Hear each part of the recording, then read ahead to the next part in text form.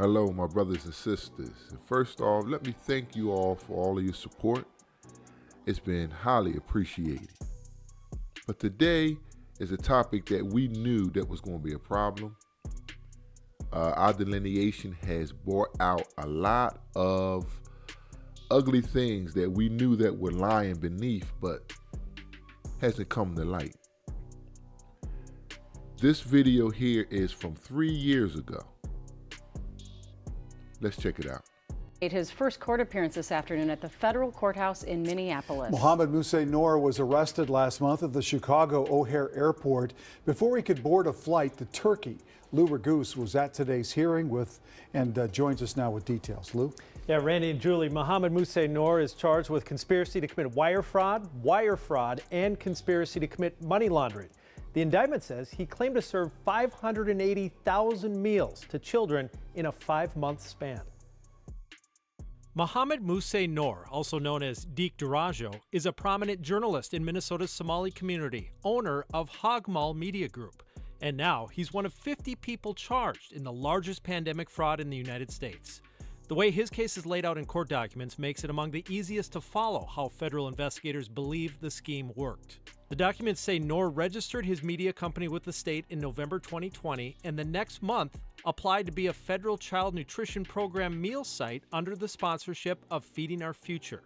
According to court documents, Feeding Our Future Executive Director Amy Bach sent this email in February. Now, does that name, Feeding Our Future, sound familiar? Okay, Feeding Our Future. This has been going on for years. And let's face it, the Democrats are the ones who allowed these people to come in. And I'm not a Republican, I'm an independent. I'm just, from my research and from all the things that I've been seeing, the Democrats are just coddling this type of behavior. This video is from 3 years ago, but this has been going on way before that. Let's listen. February 2021, asking her staff to get Hogmal Media started as a food site. The next day, an unnamed Feeding Our Future worker emailed Bach, writing, "We took a lot of organizations that don't work with children. Hogmal is a TV show program. They have no interest with children. These are things we need to clean up." Okay, there you have it. The fraud from the same organization 3 years ago. Now, you would think that the federal government would have cracked down on this 2 years ago, a year ago. These funds that are supposed to be allocated to help children in America are being sent to terrorist organizations in the countries from where these people are from and should be residing. Now, here is a video just 3 days ago.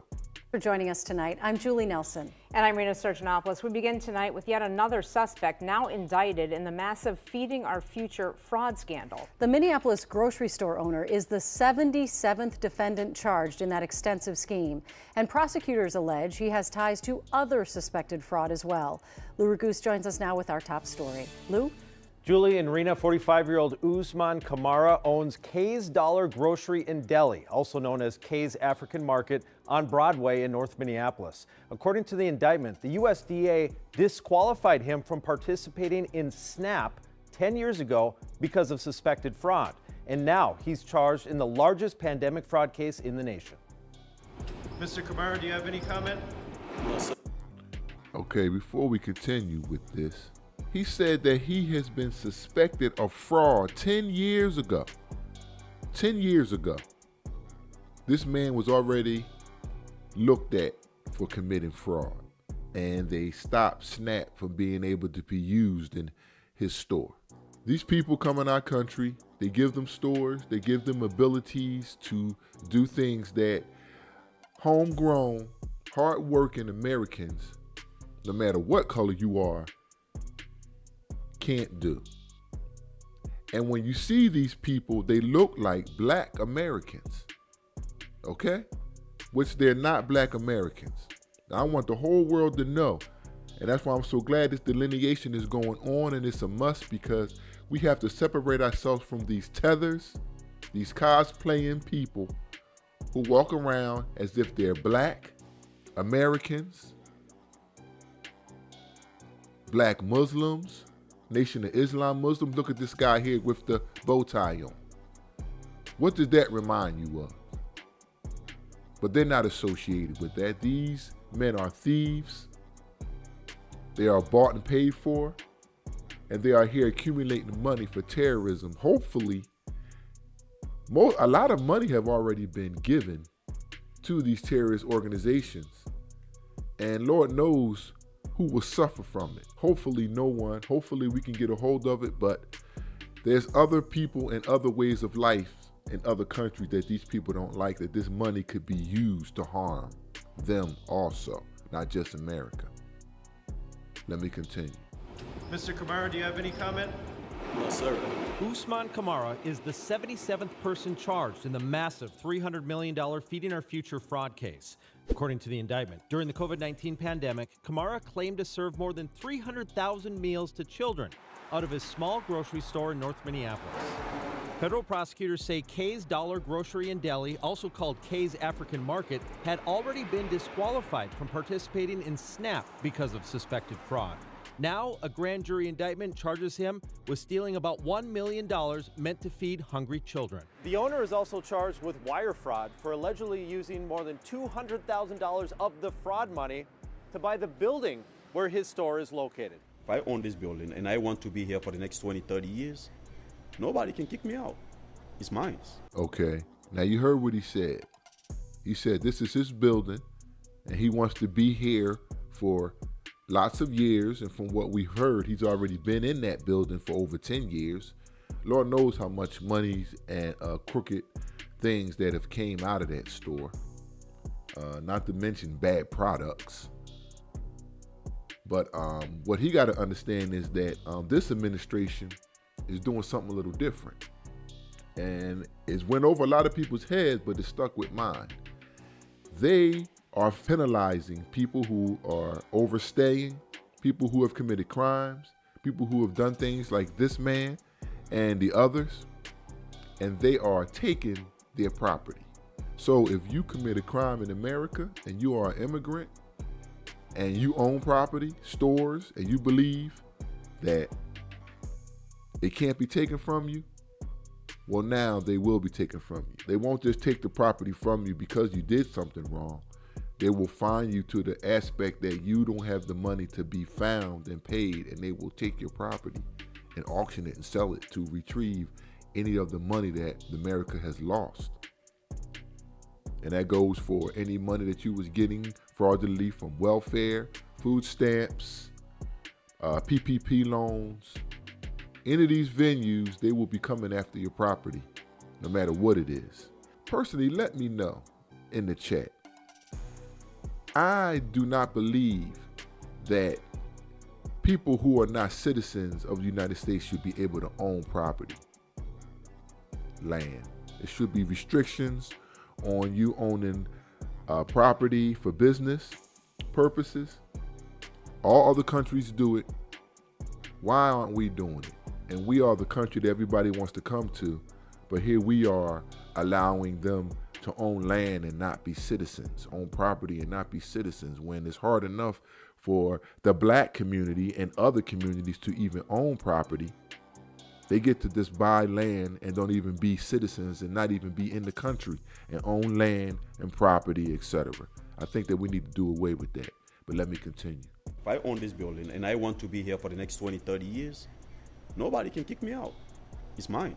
NPR News interviewed Kamara in 2020 after he defended his store from rioters after the murder of George Floyd. Now, since he allegedly purchased the building with fraud money, the indictment says it's subject to forfeiture, so the feds can recoup some of the funds. However, past cases have indicated that other money referenced in the indictment, including a $90,000 wire transfer to Hong Kong, alleged bribes paid to a Feeding Our Future employee, and funds spent to pay off Kamara's credit cards, is likely gone.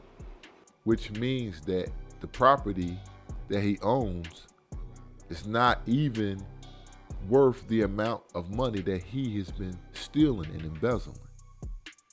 So that's as good as gone, but they're going to just recoup as little as they can from that building, because that building is nowhere near worth all of the money that he has stolen from the United States of America taxpayers and from the government.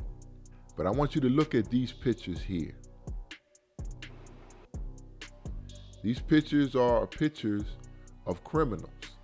These people, they're not black.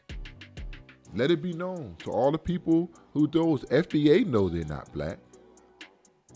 But someone with an untrained eye would see these individuals as black. Here's others. These individuals are immigrants. They're not black. They're not FBA. They come to this country cosplaying our style, trying to get our look, committing these crimes. And what does the YT people, what does the community in the world see? They think they see black Americans, FBAs, committing crimes.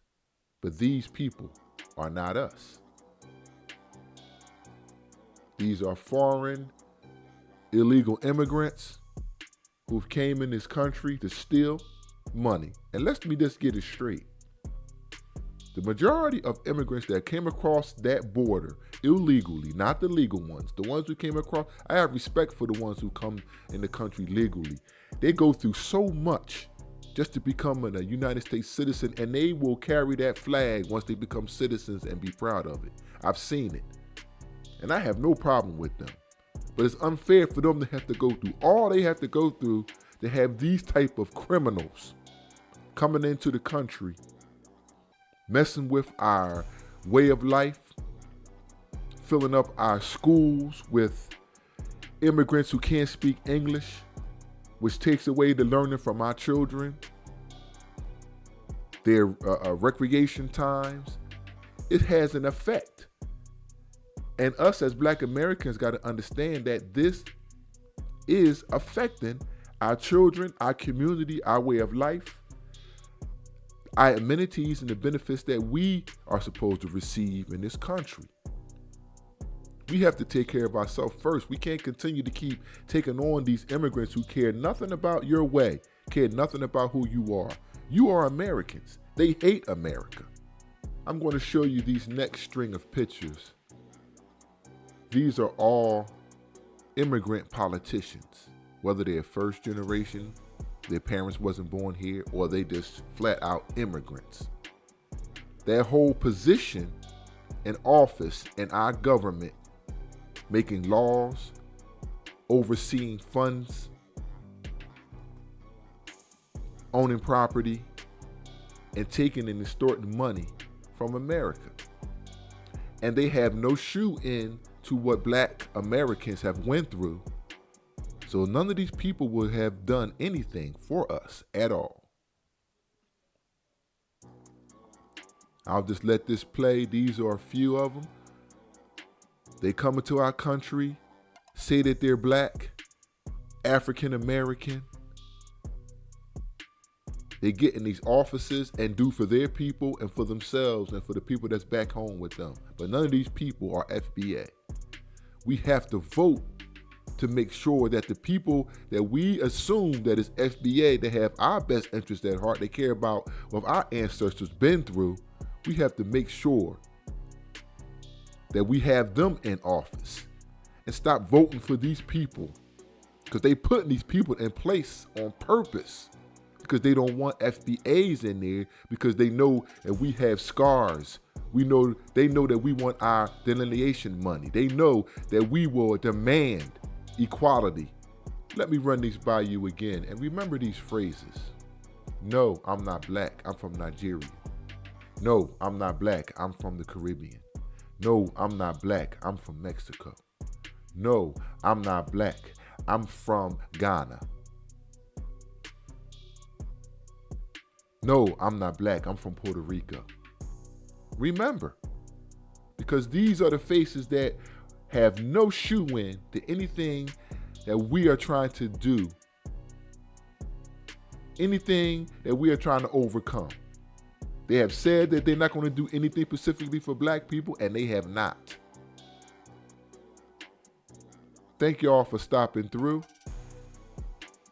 And y'all have a blessed day. And remember, delineation is definitely a must.